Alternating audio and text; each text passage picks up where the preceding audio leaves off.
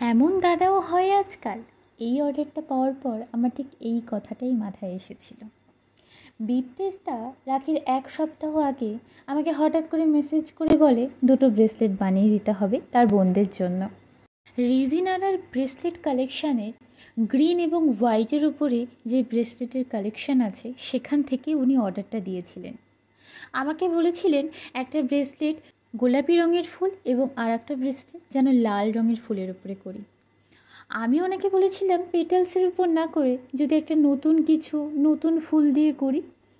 উনি আমাকে এক্সপেরিমেন্টের পারমিশন দিয়েছিলেন। অবশেষে ব্রেসলেটটা তৈরি হয়ে গেল, কিন্তু ব্রেসলেট তৈরি হলেও ব্রেসলেট নেওয়া নিয়ে খুব সমস্যা হচ্ছিল। দাদার টাইমের সঙ্গে আমার টাইম মিলছিল না, কিন্তু উনি এতটাই বোনদের প্রতি ডেডিকেটেড। ঠাকুরনগরে জ্যোতিদির বাড়ির থেকে উনি এতটা ট্রাভেল করে বোনদের জন্য ব্রেসলেটগুলো নিয়ে যায়।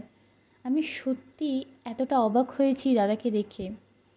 আপনারা জানাবেন এই ধরনের ব্রেসলেটগুলো আপনাদের কেমন লেগেছে, আর অর্ডার করতে হলে আমাকে অবশ্যই পিং করবেন।